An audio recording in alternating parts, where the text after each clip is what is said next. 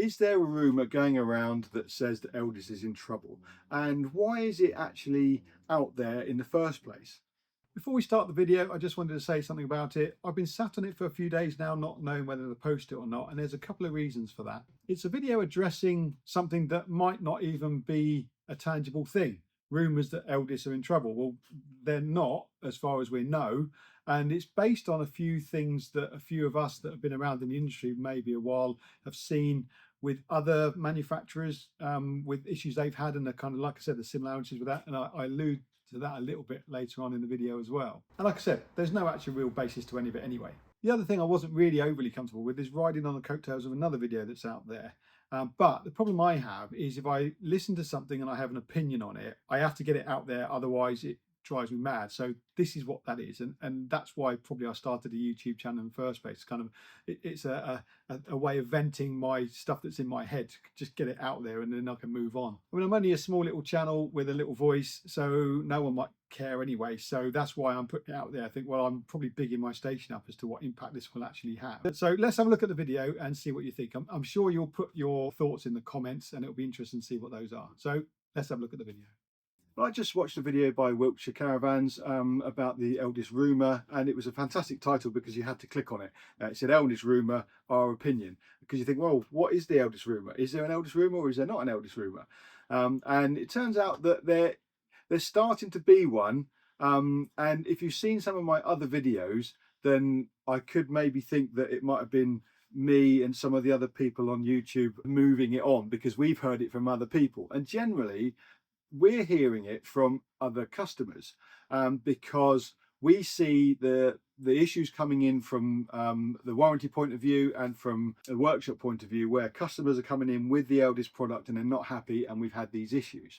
What do I think? Well, the reason that I think that Elddis are in trouble a little bit, other than the fact that they've lost lots of money in the last few years, and to be fair, I haven't seen the other details of the other manufacturers, so it could be a manufacturer thing, I'm not sure. The reason I think that there is an issue is because of the similarities between what's happening now with the kind of the feel of the Elddis product and what the customers are saying. Also, kind of the parallels with Luna and maybe even Fleetwood back in the day stopping, they're too similar to kind of ignore.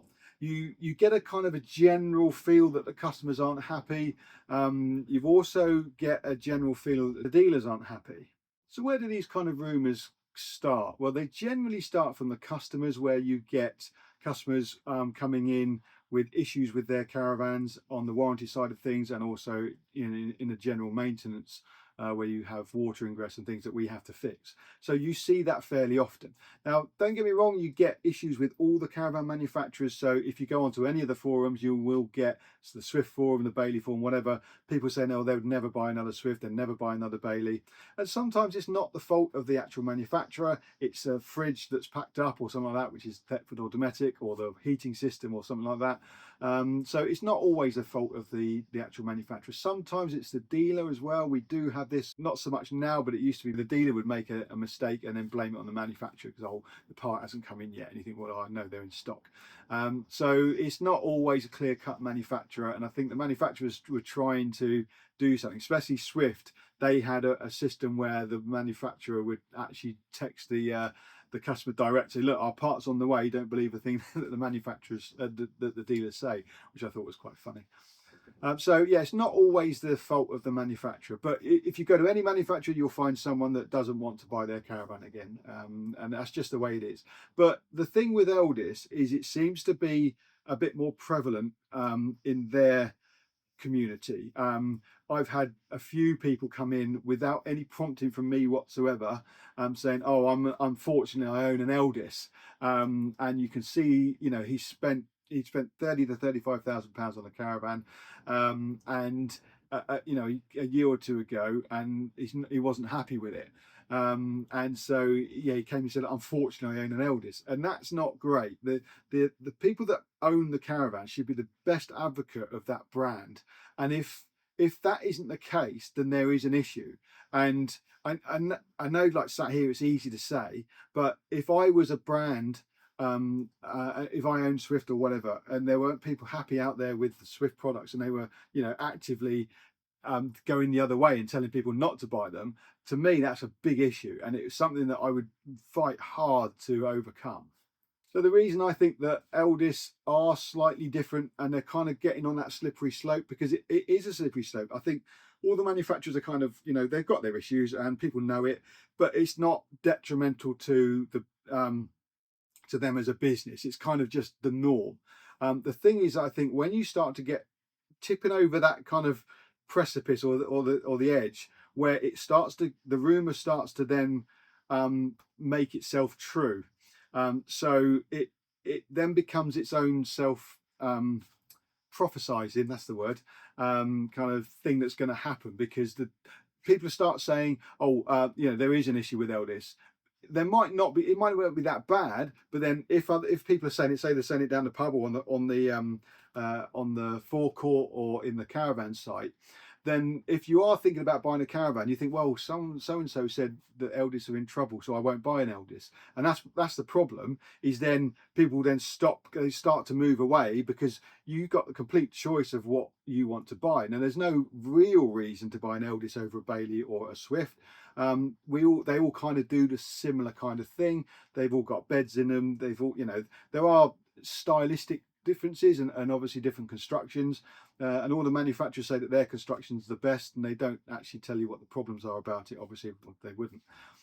So that's the problem, is once you start hearing this rumor, and I'm probably part of that now, because I'm saying something about a rumor that isn't, you know, it isn't actually really happening, is it? You know, I don't know if it is or not, but because there's another video that's been put out there with the Elddis rumor, now I'm doing one, and then it starts to kind of think, well, hang on, he said it, so therefore, you know, it's like Chinese whispers.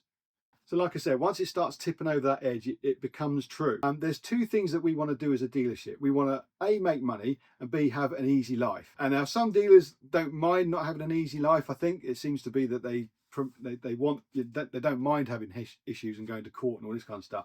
That's not where I am. I want a nice easy life. I want to sell a fantastic product that gives me absolutely no problem, and the customer's chuffed to bits with it. That's kind of the holy grail.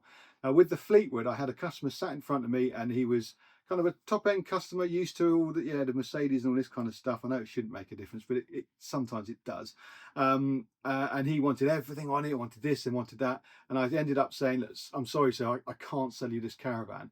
And he was quite shocked that I was sat in front of him saying this. He said, well, why is that? I said, it's not going to be the Caravan that you think it's going to be. We're going to have issues, because I used to sell a Fleetwood, and then it would go out on to site, because they were staying on site, and then the next day they'd come in with a list of problems. No matter how good we PDI'd it, it was a customer kind of list of problems, rather than what we could see, and it was a nightmare. And I used to have sleepless nights thinking, oh, I've done a handover and I'm going to have problems. And then I saw them walking up the path, and I thought, here we go. And it got to the point where I didn't want to do that anymore. And it kind of got me into a little bit of trouble with the manufacturer. But I basically said, look, make a better Caravan, we won't have this problem. Literally 2 weeks later, Fleetwood didn't exist. Now that might be because Adria didn't want, it might not have been because of that. I'm not exactly sure. You probably never know. Someone did say that Adria just wanted the premises, and it was always on the cards. But the similarities between what I'm hearing now with Elddis and Luna, you think it's fairly similar, because it was dissatisfaction on a bigger scale. The ratio of issues, which was normal with Bailey and Swift and everyone else, seems to be bigger. And it was the same case with Luna as well. It seemed to be a bigger issue, and you heard more about it. And you heard it from the dealers as well. This is where it starts to get a little bit different. I'll tell you in a second what another reason is that it started to become a kind of a thing that you knew the customer was going to say, I've got a Luna and I want to get out of it. I've got an Elddis and I want to get out of it. I've been hearing that a little bit. One of the reasons I'm thinking there may be something to it is the fact that it's so similar to how Luna went. And it's just down to, poor build quality, poor customer satisfaction. The way the manufacturer deals with the customer wasn't very good. And all of a sudden, it's just a pack of cards, and you take out too many cards at the bottom and it just all falls in. And that's how I feel Elddis is going.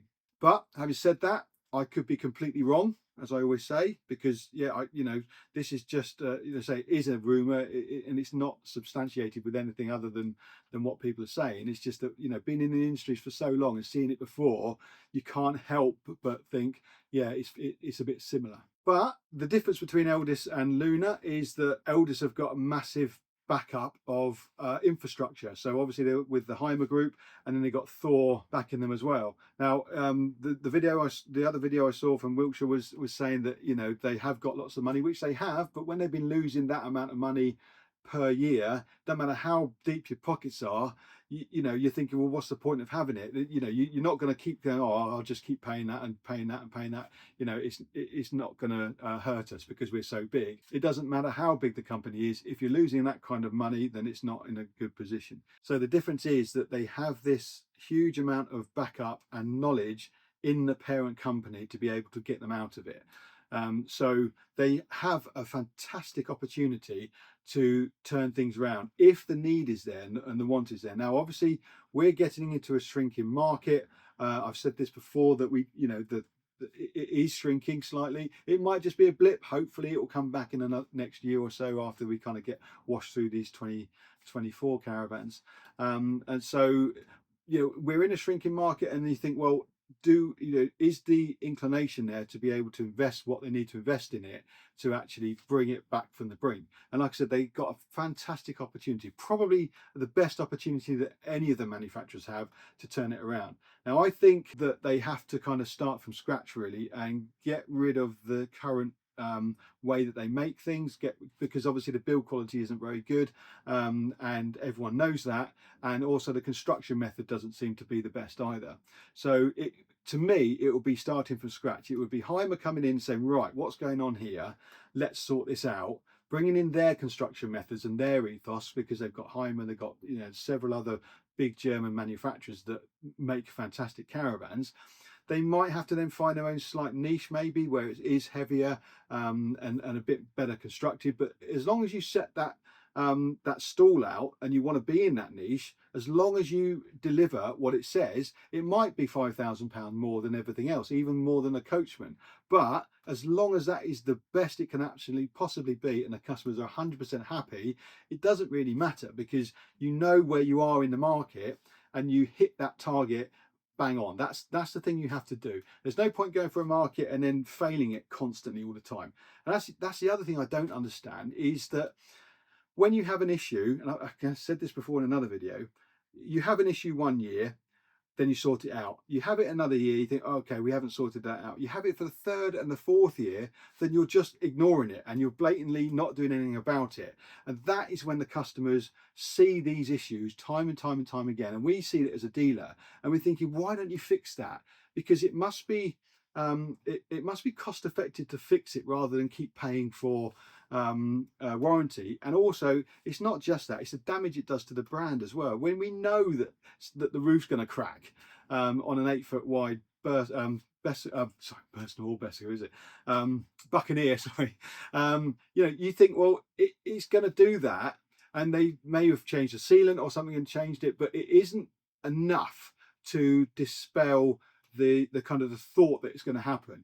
What needs to happen is a complete reconstruction of the roof, and it needs to be thicker so that it doesn't happen. You can't rely on sealant to hold the construction of the thing apart together.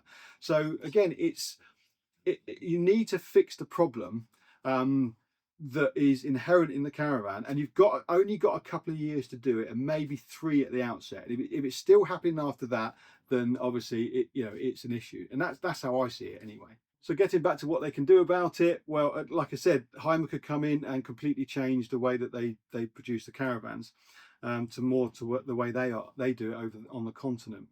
But that would take a massive amount of investment.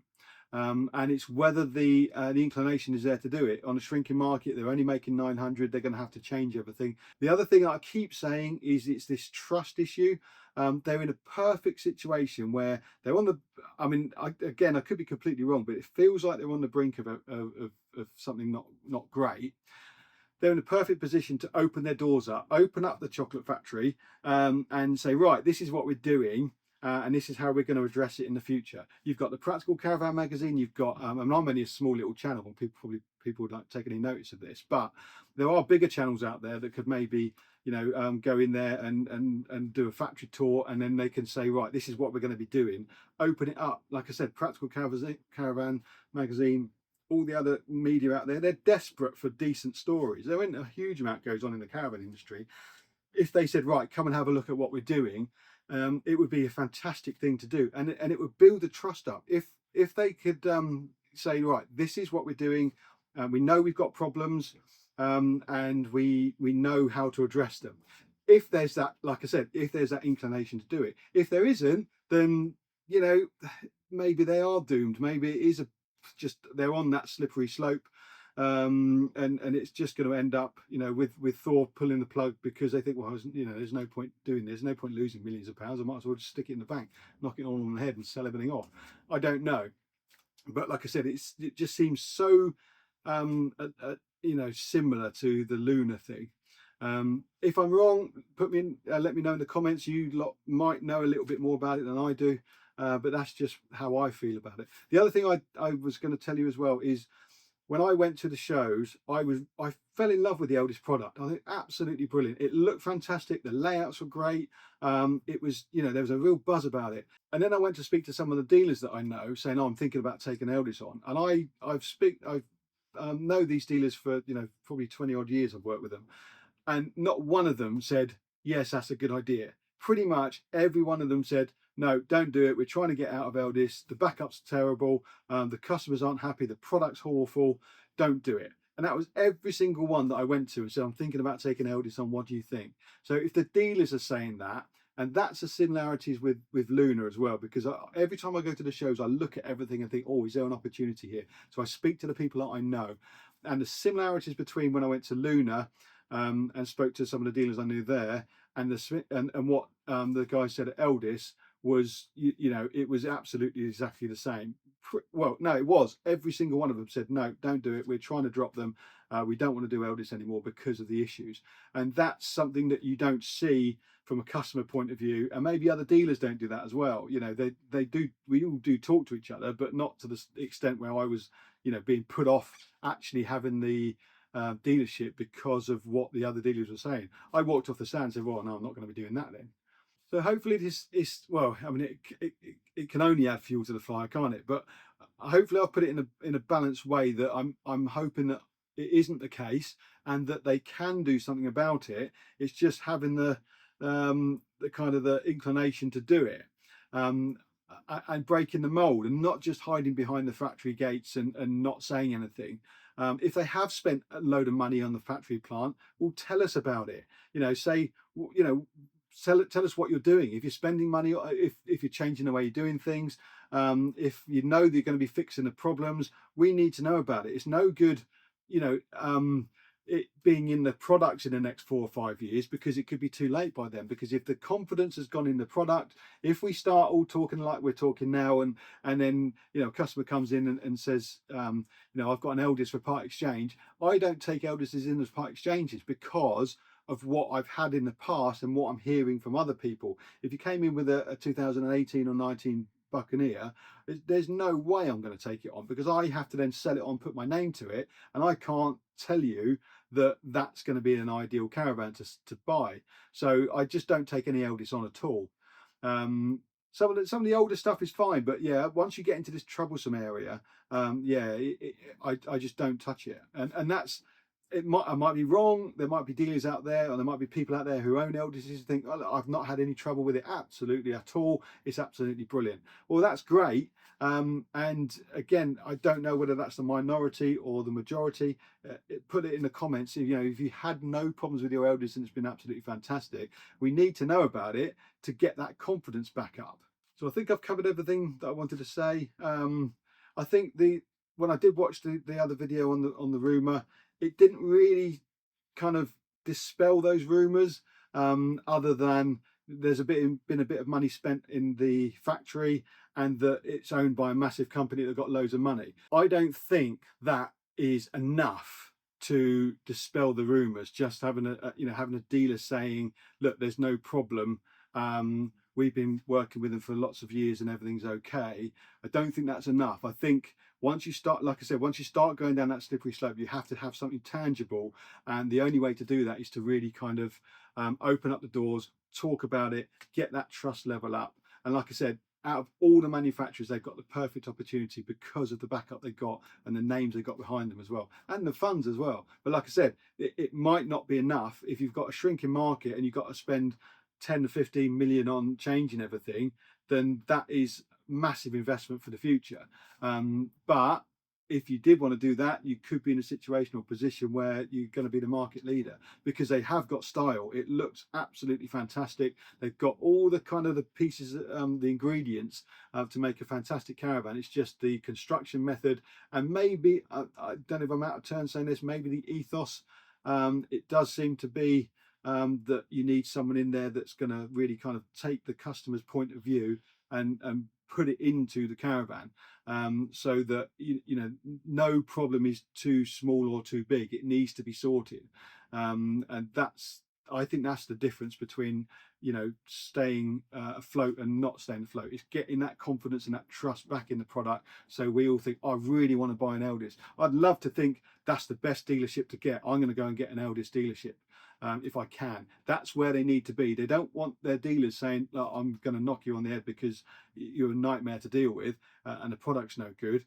You know, that's just not a good thing to do. And it's easy to find out. You go and ask them. You know, if you ask them and then you get that report. I mean, I'd be devastated if I was running the company and I have dealers saying, "Oh no, I don't want to sell you anymore because you're rubbish."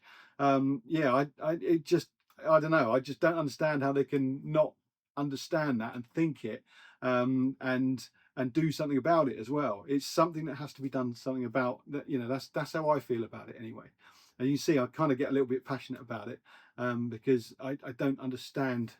I don't understand it. I just don't, and I don't want to see another manufacturer go, because, you know, they do make a good product. Well, you know, the like I said, the ingredients are there to make a good product. They've just got to sort out the bits that don't work. So it's been a bit of a rambly video because I've done no preparation on this. I just started talking. So forgive me for kind of going off on tangents and stuff. And hopefully I think I've covered everything I want to do. I might have to do a review or backup. An update when I've forgotten something. But yeah, this could be a good one for your comments, just to see if you do own an Elddis and this is all complete rubbish. Put it in the comments. It'd be great to actually know, get that confidence back up again. So like, subscribe, share, comment, all that kind of stuff, and I'll see you in the next one. Oh, almost forgot, before you go, I will get the hang of this one day, this YouTube thing. I just wanted to tell you what those card things were that you saw flashing up on your screen.